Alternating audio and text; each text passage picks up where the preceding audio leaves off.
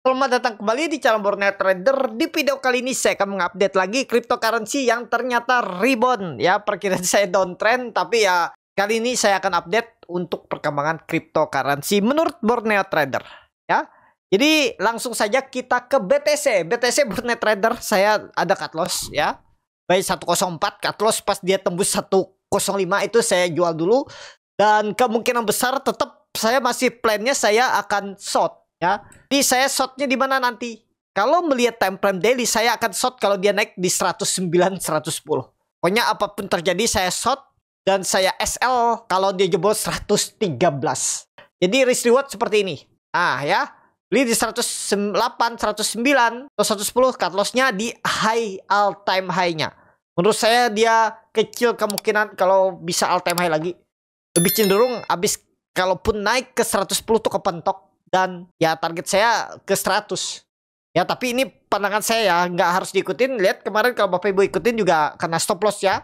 Jadi seperti itu aja saat ini menurut saya. Coba Bapak Ibu perhatikan time frame 4 jamnya. Tuh time frame 4 jamnya aja tuh kalau pandangan saya ya, ini naiknya ini nggak wajar. Jadi ada potensi mungkin ya, disclaimer ya, minggu-minggu ini bisa ada penurunan yang cukup dalam. Kemungkinan ya dia naik habis itu ada potensi turun dalam. Kalau menurut saya time frame 4 jam nih naiknya nggak wajar. Karena hijau-hijau terus kan. Jadi pasti ada balasannya. Paling nggak di 3%, 4% tuh bisa turun. Habis dia di atas nanti. Nah itu aja ya. Tapi kembali lagi disclaimer. Ya ini bisa nggak jadi pola pattern flag? Bisa juga. Cuman lebih cenderung kemana? Kalau melihat dari volume menurut saya lemah. Masih lemah untuk dia breakout all time high-nya. Makanya saya kalau dia naik ke atas 109, 110 tuh saya beli. Dan stop loss di all time high-nya. Di 112, 113. Itu aja. Berarti saya gagal udah. 2 kali gagal udah aja. Saya biarin. Cari yang lain aja. Atau ya off dulu. Itu ya. Jadi itu aja dulu untuk BTC saat ini. Pandangan saya masih sama. Belum saatnya bangkit. Masih paling mentok sideways. Jadi kalau dia sideways berarti ada potensi turun dulu kan. 2-3 hari. Gak harus juga 2-3 hari ke depan. Ya pastinya ada potensi turun dulu. Terus naik turun seperti itu. Ya itu aja dulu untuk BTC. Lanjut BNB. BNB saya akan short. Tetap akan short kalau dia jebol 637. Coba lihat time frame 4 jam. Nah nih 637 jebol. Nih Ray ini. Kenapa nggak short di atas ini aja? Kalau Bapak Ibu mau silahkan juga. SL-nya di atas 650. 660. Tapi saya lebih konfirmasi daripada seperti BTC kemarin beli pas di atas ternyata nggak jebol kan. 100 malah terus naik. Malah saya kena kasus tuh beli di 101 tuh. Jadi saya lebih menarik kalau BNB ini kalau dia confirm jebol 637-nya. Baru saya short dengan target 600. Terdekat target 600. Pokoknya ini potensi pola dead cat bond. Dia kepentok resisten. Ini gambaran saya waktu itu juga ya. Terus turun. Kecuali ya BNB itu naik sampai 650 655 saya shortnya dari atas sini. Di sini saya nggak mau short, takut kejadian seperti BTC kemarin. Saya open posisi short di atas 100 naik malah dia. Malah kena cut loss kan. Mending kalau kemarin tuh harusnya ya shortnya tuh pas jebol 100 lagi. Seperti BNB hari ini atau nanti ya, nggak harus hari ini ya, kedepannya kalau dia jebol 637 baru short atau short open posisi sell. Atau yang bisa dibilang nge-short itu kalau dia di 655, 660. Di area atas sini atau di bawah sini aja. Di atas sini atau di bawah sini. Nge-short. Dengan target 600. Ya. Itu. Untuk BNB. Lanjut ETH. ETH juga belum menurut saya. Kalau mau nge-short ETH itu sekalian di 2550. Atas sini aja sekalian. Top loss-nya di atas sini. Coba hitung risk reward. Ya cut loss-nya nggak terlalu dalam. Di atas 2600. 2677 cut loss. Shotnya dari 2550. Targetnya nggak usah mulu-mulu ke 2400 saja kalau dari atas. Atau kalau dia jebol 2400 saya shot ke bawah. Stop loss-nya ya di high-nya hari ini. Di atas 2480 saya buang. Nah target saya 2200. Nah itu ya. Saya shot jebol 2400. Atau saya shot nanti di atas 2550. Bagaimana kondisi ETH? Apakah bangkit? Belum menurut saya ya. Tapi disclaimer, bisa jadi ini swing low nggak sih? Ya kita lihat ke depannya. Tapi intinya kalau dia jebol 2400 dead cat bond. Minggu ini jebol 2400 dead cat bond. Berarti 2000 lagi arah. Ya. Ingat itu. Kalau mau nunggu ETH jebol 2400 tuh dead cat bond. Ke bawah. Ya 2000 arah minimal. Jadi lumayan kan dari 2400 ke 2000 tuh hampir berapa tuh? Hampir 15%, 16%, lumayan. Itu ya. Ingat, itu masih potensi menurut saya ke bawah. Kalau dia jebol 2400 sangat mungkin ke 2000 ETH. Lanjut. XRP yang ditutup di harga 2,186 saat ini. Jadi dia fast breakdown, naik lagi dari 2 ya, sempat jebol, terus naik lagi dari 2. Closingannya memang gak pernah di bawah 2. Closingnya tetap di atas 2. Nih kan? Nah, tanggal 22 Juni itu dia jebol, tapi closingannya di 20172. Terus tanggal 23 Juni dia jebol lagi, tapi closingannya di 2,1. Jadi saat ini kalau pandangan saya, dia kemungkinan besar susah menembus 2,3 sampai 2,35. Di sini area menarik untuk nge-short menurut saya ya. Bisa nggak dia mematahkan trend downtrendnya ini? Belum menurut saya. Tapi kembali lagi disclaimer ya. Karena pandangan orang kan beda-beda. Kalau Bapak Ibu, oh ini sih breakout potensi bangkit, ini swing low, bisa jadi. Kalau dia di atas 2,35, saya akan short dan stop loss di atas 2,43. Nah ini saya stop lossnya seperti ini.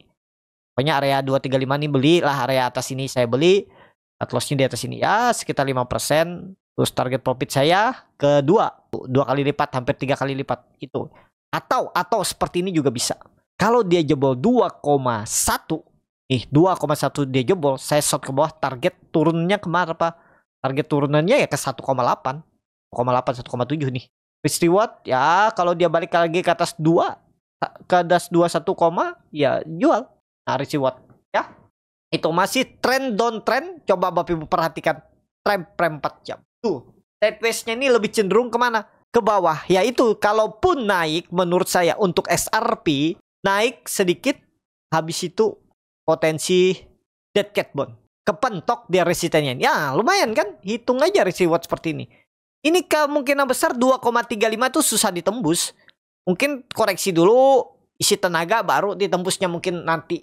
Yang pastinya kalau dia naik ke atas 2,3 tuh saya akan short. Cut loss-nya di 2,45. Itu ya, 2,35, cut loss 2,45. Untuk XRP.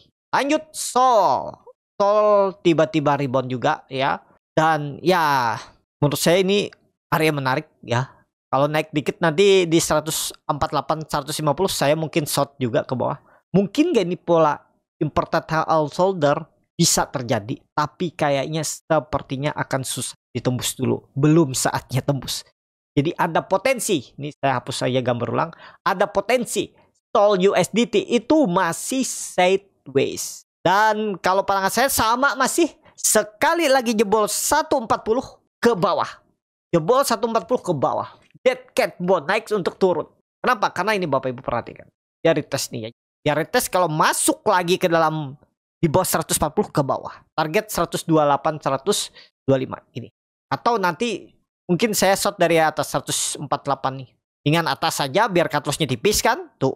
Cut loss-nya di 153 lah. Nah, cut loss-nya 3%, reward-nya 2 kali lipatnya kan. Atau kalau di jebol 140, saya short ke bawah target 126, cut loss-nya 3%, 4% aja. Nah, gini aja. Kalau dia jebol 140. Terus 38 lah, terus 39. Cut loss-nya 5%, target profit 9%. Ya. Tapi kalau Bapak Ibu yakin ini ke atas, tinggal seperti ini strateginya. Buy sekarang, stop loss kalau di jebol 140. Target profit ya targetkan aja sampai 158 ini. Kalau Bapak Ibu yakin ini Sol USDT naik ya, saya nih ngebase untuk naik. Itu ya kita lihat lah. Ini kan seperti saham juga ngebase antara dia ditarik naik atau kena buang aja. Kalau dia jebol 140 berarti downtrend, lanjut ke bawah. Dead cat bond 125, 126. Arah Sol USDT. Langsung saja ke ADA USDT. ADA USDT juga kelihatannya ya cenderung ke bawah. Kenapa? Kalau Bapak Ibu perhatikan nih, saya gambar ulang, hapus saja nih ya daripada bikin pusing. Dia itu sebenarnya sudah mencoba naik. Ini pola bisa dibilang ascending triangle terus gagal. Ya ini bisa jadikan resisten. Berapa? 0,6 lah. Kita pakai 0,6 aja ya. Oh tinggi 0,6 jauh ya. Ya tetap lah pakai 0,6.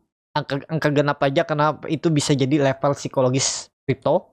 Nah jadi saat ini kalau pandangan saya ini time frame 4 jam ya. Coba kita lihat dulu time frame daily. Nah daily-nya lemah. Sepertinya lemah. Jadi kita tarik ke 4 jam lagi. Kalau pandangan saya, kalau dia jebol 0,566, downtrend ke bawah. Target turun 0,52. Lumayan nggak kalau dihitung risk reward? Berarti kalau jebol 0,566, 0,563 kan bisa 0,5635. Rewardnya 7%, cut lossnya 4% aja nih. Gak usah sampai 0,6. Pokoknya lewat resisten 3 candle, 4 candle ini udah tanda-tanda lemah. Atau ya di atasnya ini dikit lah. Di atas apa? Di atas ini Bapak Ibu. Gak perlu pakai 0,6. Gak usah pakai angka psikologis juga nih. Ini resisten terdekat. Nah, seperti ini bisa. Nanti kalau di bawah, kalau memang ada buying power, balik arah. Bapak Ibu buy. Dan seperti ini rewardnya. Ya push.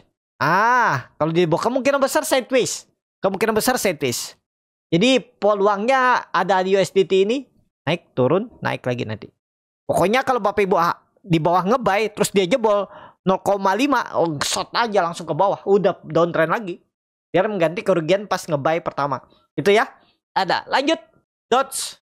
Lanjut Dots. Dots kemana arahnya? Jelas ini kayaknya bakal susah dia menembus. Kalau naik dikit kita sikat dia. Sikat maksudnya beli. Disclaimer ya. Nge-short menurut saya. Tapi ini disclaimer bukan rekomendasi ya. Tapi sebenarnya nge-short, open posisi sell, atau ngelong itu sama aja di market spot. Tapi Bapak Ibu bisa dua arah. Kalau di market future, nge-short itu Bapak Ibu bisa pakai modal aja. Nggak perlu pakai leverage 100 kali, 5 kali, 6 kali, 7 kali. Pakai 1 kali bisa. Ibaratnya Bapak Ibu beli seperti di spot. Beli untuk naik, ini Bapak Ibu beli untuk dia turun biar dapat profit. Jadi nggak perlu pakai leverage juga bisa di future. Pakai aja yang 1 kali. Ini Bapak Ibu pakai modal, tapi Bapak Ibu beli untuk biar dia turun, Bapak Ibu profit. Gitu ya. Sama aja seperti spot.